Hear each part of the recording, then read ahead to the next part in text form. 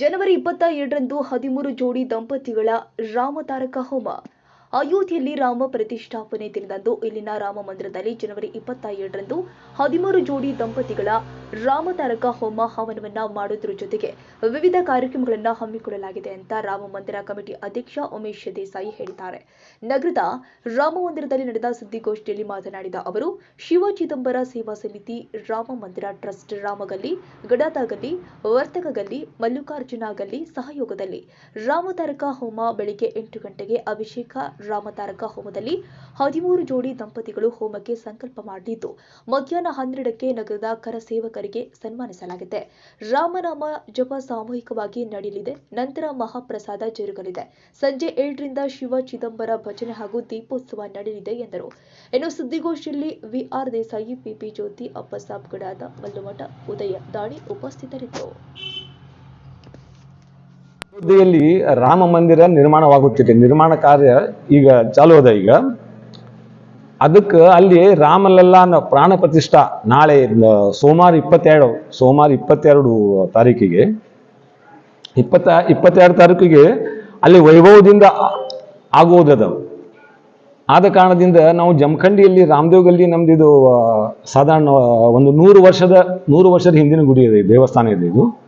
ಈ ದೇವಸ್ಥಾನಕ್ಕೆ ಇಲ್ಲಿ ನಮ್ಮ ಗಲ್ಲಿ, ನಮ್ಮ ರಾಮ್ ಗಲ್ಲಿ ಅವರೆಲ್ಲ ಬಹಳಷ್ಟು ಇದನ್ನು ಕೊಟ್ಟು ಇದನ್ನ ಒಂದು ಲೆವೆಲಿಗೆ ತಂದಿದ್ದಾರೆ ಇದು ದೇವಸ್ಥಾನ. ಅದಕ್ಕೆ ಇದನ್ನ ಯಾವಾಗ ಅಕ್ಷತಾ ಅಂದ್ರೆ ಅಯೋಧ್ಯೆಯಿಂದ ಮಂತ್ರಾಕ್ಷತೆ ಬಂದು ಅಲ್ಲ, ಆವಾಗ ಇಲ್ಲಿ ಗುಡಿಯಲ್ಲಿ ರಾಮನ ಗುಡಿಯಲ್ಲಿ ಮುಂದಿಟ್ಟು ಇಲ್ಲಿ ಪೂಜೆ ಮಾಡಿ ಅವನ್ನ ಹಂಚು ಪ್ರೋಗ್ರಾಮ್ ನಾವಿಲ್ಲಿ ಇದು ಮಾಡಿದ್ದ. ಆಮೇಲೆ 9 ಗಂಟೆಯಿಂದ 12ವರೆಗೆ ಶ್ರೀ ರಾಮತಾರಕ ಯಜ್ಞ, ರಾಮತಾರಕ ಹೋಮ. ಇದನ್ನು ನಮ್ಮ ಗುರುಗಳು ನಾವು ಎಲ್ಲಾರು ಕೂಡ ವಿಚಾರ ಮಾಡಿ ನಾವು ರಾಮತಾರಕ ಹೋಮ ಮಾಡಿದ್ರೆ ಭಾಳ ಚಲೋ ಅಂತ ಇದು ಎಲ್ಲಾರ್ದು ಒಪಿನಿಯನ್ ಬಂದ ಮೇಲೆ ಅದೇ ಮಾಡೋದು ತರಾಸಿದ್ವು. ಸಾಧಾರಣ 3 ಗಂಟೆ ತನಕ ಅದು ಹೋಮ ನಡೀತದ. ಆ ಹೋಮಕ್ಕೆ ಅಂದ್ರೆ ಅದಕ್ಕೆ ಮೊದಲು ನಾವು ಒಂದು 5 ದಿವಸ ಪೈಲ ಈಗ ರಾಮನಾಮ ಜಪ ಶುರು ಮಾಡಿದ್ವಿ ಇಲ್ಲಿ ರಾಮದೇವ್ ಗುಡಿಯಲ್ಲಿ. ಯಾಕಂದ್ರೆ ರಾಮನಾಮ ಜಪ ನಾವು ಎಷ್ಟು ಮಾಡ್ತೀವಲ್ಲ ಅದರ 10%, ಅದ್ರ 10%, ಅಂದಾಜು 10th ಭಾಗ ಅದರದ್ದು ಅಷ್ಟು ನಾವು ಸಹಕಾರ ಮಾಡ್ಬೋದು. ಇಲ್ಲಿ ಅಲ್ಲಿ ಮಂತ್ರಾಕ್ಷಿ ಇದು ಮಾಡಿರ್ತಾರ ಅವರು, ಅದನ್ನ ಸಹಕಾರ ಈ 1 ಲಕ್ಷ ಮಾಡಿದ್ವಿ ಅಂದ್ರೆ ರಾಮದ್ದು ನಾವು ಇದು ಮಾಡಿದ್ವಿ ಅಂದ್ರೆ 10,000 ಸಹಕಾರ ಮಾಡಬಹುದು ನಾವು. ಅದಕ್ಕೆ 13 ಜೋಡಿ ಆ ಇದಕ್ಕೆ ಕೂಡ್ಲಿಕ್ಕೆ ಅಂದ್ರೆ ಸಂಕಲ್ಪ ಹೋಮಕ್ಕೆ ಕೂಡ್ಲಿಕ್ಕೆ ಅಂದ್ರೆ ಅಥವಾ ಸಂಕಲ್ಪ ಮಾಡ್ಲಿಕ್ಕೆ ದಂಪತ್ತದ 13 ಮಂದಿಗೆ ಮ್ಯಾಕ್ಸಿಮಮ್ ಇದದ. ಅದು 13 ಗಂಟೆಯಿಂದ ಹೆಚ್ಚು ಕೂಡ್ಲಿಕ್ಕೆ ಬರಂಗಿಲ್ಲ. ಯಾಕಂದ್ರೆ ಅದ್ರ ಹಿಂದೆ ಅದು ರಾಮತಾರಕ ಯಜ್ಞ ಮಾಡೋದು. ರಾಮತಾರಕ ಜಪ ಅಂದ್ರೆ ಶ್ರೀರಾಮ್ ಜಯರಾಮ್ ಜೈ ಜೈ ರಾಮ್, ಇದು ರಾಮತಾರಕ ಜಪ. ಇದು ಈ ಜಪ ಒಳಗೆ 13 ಅಕ್ಷರವ. ಅದಕ್ಕೆ ಅದನ್ನ ಮ್ಯಾಕ್ಸಿಮಮ್ 13 ಮಂದಿ ಕೂಡ್ಲಿಕ್ಕೆ ಬರ್ತಾರೆ ಅಂತ ಹೇಳಿ 13 ಜೋಡಿ ಇದನ್ನ ಕೂಡ್ಲಿಕ್ಕೆ ಬರ್ತಾರೆ. ಅದಕ್ಕೆ 13 ಜೋಡಿ ಇಲ್ಲಿ ನಮ್ಮಲ್ಲಿ ಇವರು ಕೂಡವ್ರಿದ್ದಾರೆ. ಆಮೇಲೆ ಹಾಗೆ ಸಹಕಾರ ಏನು ಮಾಡೋದಿರ್ತಲ್ಲ ಅದನ್ನು ಬೇರೆ ಅವ್ರು ಯಾರು ಬೇಕಾದವರು ಬಂದು ಮಾಡ್ಬೋದು. ಅವ್ರು ಸಹಕಾರ ಅಂದ್ರೆ ಯಜ್ಞ ಒಂದು ದೊಡ್ಡ ಪ್ರಮಾಣದಾಗ ಇರ್ತದೆ ಯಜ್ಞ. ಅದು ಯಾರು ಬಾಕಿ ಯಾರು ಬೇಕಾದವರು ಮಾಡಬಹುದು. ಆಮೇಲೆ ಅದಾದ್ಮೇಲೆ ಸಾಧಾರಣ 12 ಸುಮಾರು 12 9ರಿಂದ 12 ತನಕ ಮುಗೀತದ. 12ಕ್ಕೆ ಮುಗಿದ ಮೇಲೆ ಇಲ್ಲಿ ಕರಸೇವಕರು 1992 ಇದು ಅಯೋಧ್ಯೆ ಒಳಗೆ ಹೋಗಿ ಇದು ಮಾಡಿದ ಕರಸೇವರಿಗೆ ಅವರಿಗೆ ನಾವು ಸತ್ಕಾರ ಇಟ್ಕೊಂಡಿದ್ದೀವಿ ಇಲ್ಲಿ 12ವರೆಗೆ. ಇದು ಆಕ್ಚುಲಿ 12ವರೆಗೆ ಸಹಕಾರ ಅಂದ್ರೆ ಇವ್ರು 13 ಜೋಡಿ ಏನು ಪೈಲ ಕೂತಿರ್ತಾರಲ್ಲ, ಇದನ್ನ ಮಾಡಿರ್ತಾರಲ್ಲ ಅವರೇ ಮತ್ತೆ ಕಡಿದು ಇದನ್ನ ಮಾಡ್ಬೇಕು, ಕಡಿದು ಸಹಕಾರ ಹಾಕ್ಬೇಕಾಗ್ತದೆ. ಅದಾದ್ಮೇಲೆ ಅವರಿಗೆ 12ರಿಂದ 13 ಮಂದಿ ಇದ್ದಾರೆ, ಅವರಿಗೆಲ್ಲ ಸತ್ಕಾರ ಮಾಡಿದ್ವಿ ನಾವು. ಅವ್ರಿಗೆ ಸತ್ಕಾರ ಇಟ್ಕೊಂಡ್ವಿ. ಆ ಸತ್ಕಾರ ಮುಗಿದ ಮೇಲೆ ಹೊರಗೆ ರಾಮನಾಮ ಸಾಮೂಹಿಕ ಜಪ ಮಾಡೋದದ. ಅಂದ್ರೆ ನಾವು ಎಷ್ಟು ಮಂದಿ ಇರ್ತೀವಲ್ಲ, 100 ಇಲ್ಲಿ, 200 ಇಲ್ಲಿ, 500 ಇಲ್ಲಿ, ಎಲ್ಲರೂ ಅಲ್ಲಿ ಹೊರಗೆ ರಾಮದೇವ್ಗೆ ಹೊರಗೆ ನಿಂತ ಇಬ್ರು ಹೇಳುವುದು ಶ್ರೀರಾಮ್ ಜಯರಾಮ್ ಜೈ ಜಯರಾಮ್ ಅಂತ ಹೇಳಿ.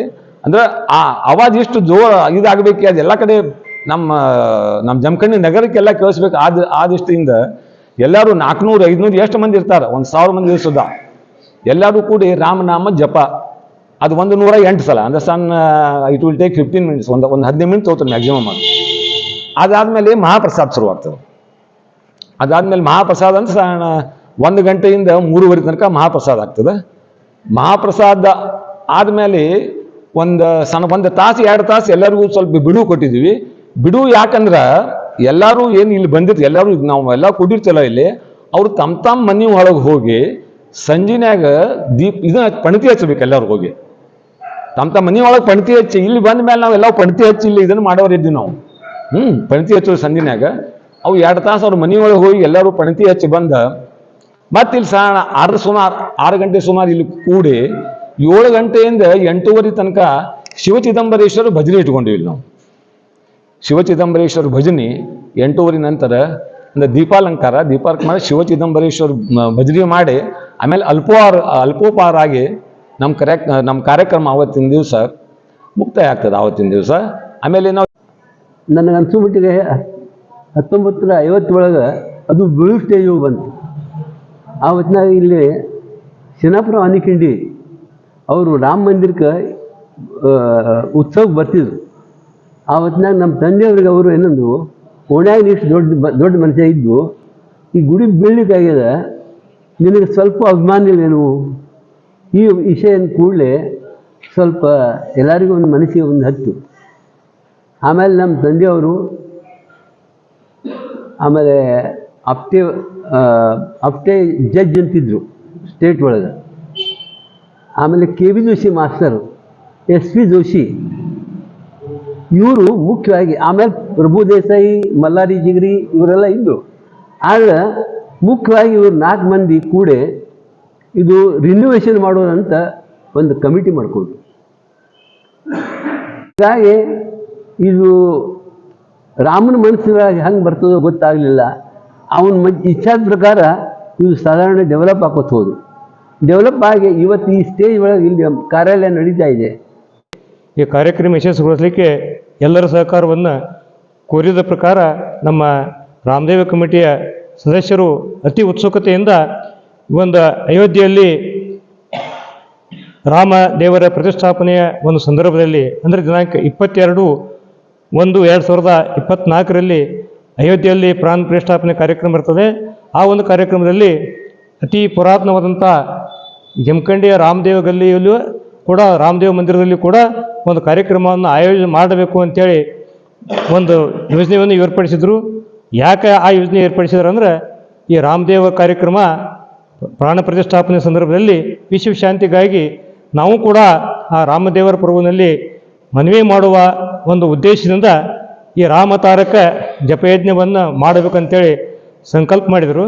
ಆ ಸಂಕಲ್ಪದ ಪ್ರಕಾರ ಹೋಮ ಮಾಡಬೇಕಾಗಿತ್ತಂದ್ರೆ ಆ ಹೋಮಕ್ಕೆ ಯಾವುದೇ ದೇವರ ಹೋಮ ಮಾಡಬೇಕಾಗಿತ್ತಪ್ಪ ಅಂದ್ರೆ ಆ ದೇವರ ನಾಮಸ್ಮರಣೆ ಆಗ್ಬೇಕಂತ ಒಂದು ನೇಮ ಇದೆ.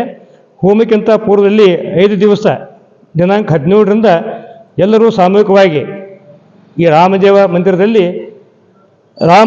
ರಾಮ ಶ್ರೀರಾಮ ಜಯ ರಾಮ ಜಯ ಜಯ ರಾಮ ಈ ಒಂದು ಮಂತ್ರವನ್ನು ಪಠಿಸಿ, ಯಥಾಶಕ್ತಿ ಮಂತ್ರವನ್ನು ಪಠಿಸಿ ಅದರದ 10 ಭಾಗವನ್ನು ಆ ಹೋಮಕ್ಕೆ ಅರ್ಪಣೆ ಮಾಡಬೇಕಾಗ್ತದೆ, ಆಹುತಿ ಹಾಕಬೇಕಾಗ್ತದೆ. ಆ ಆಹುತಿಗಾಗಿ ಎಲ್ಲರನ್ನ ಅವರು ಕೇಳಿಕೊಂಡಾಗ ಅದೇ ರೀತಿಯಾಗಿ 17ರಿಂದ ಕಾರ್ಯಕ್ರಮ ಪ್ರಾರಂಭ ಆಗಿದೆ. ಅದರಲ್ಲಿ ಸಾಮೂಹಿಕವಾಗಿ ಮಹಿಳೆಯರು ಮತ್ತು ಪುರುಷರು ಕೂಡ ಈ ನಾಮಜಪವನ್ನು ಮಾಡ್ತಾ ಇದ್ದೀವಿ. ಆ ನಾಮಜಪದಲ್ಲಿ ಇಲ್ಲಿವರೆಗೆ ಸಾಧಾರಣ 1,20,000 ತನಕ ಇವತ್ತಿನವರೆಗೆ ಜಪ ಆಗಿದೆ.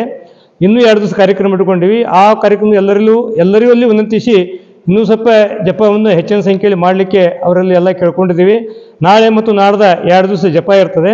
ಜಪ ಆದ ನಂತರ ಮರುದಿವಸ 22ನೇ ತಾರೀಕಿಗೆ ಅದರ ಸಾಂಗ್ತಾ ಹೋಮ್ ಅಂತ ಮಾಡೋ ಕಾರ್ಯಕ್ರಮದಲ್ಲಿ ನಾವೆಲ್ಲರೂ ಕೂಡಿಕೊಂಡು, ಇದೀಗ ನಮ್ಮ ಕಮಿಟಿ ಅಧ್ಯಕ್ಷರು ಹೇಳಿದ್ದಾರೆ, ಆ ರೀತಿಯಾದ ಕಾರ್ಯಕ್ರಮವನ್ನು ಆಯೋಜನೆ ಮಾಡಿದ್ದೀವಿ. ಆ ಕಾರ್ಯಕ್ರಮ ಯಶಸ್ವಿಯಾಗಲಿಕ್ಕೆ ತಾವು ಕೂಡ ನಮಗೆಲ್ಲ ಸಹಕಾರ ಕೊಟ್ಟಿದ್ದೀರಿ. ತಾವೆಲ್ಲ ಇಲ್ಲಿವರೆಗೆ ಬಂದು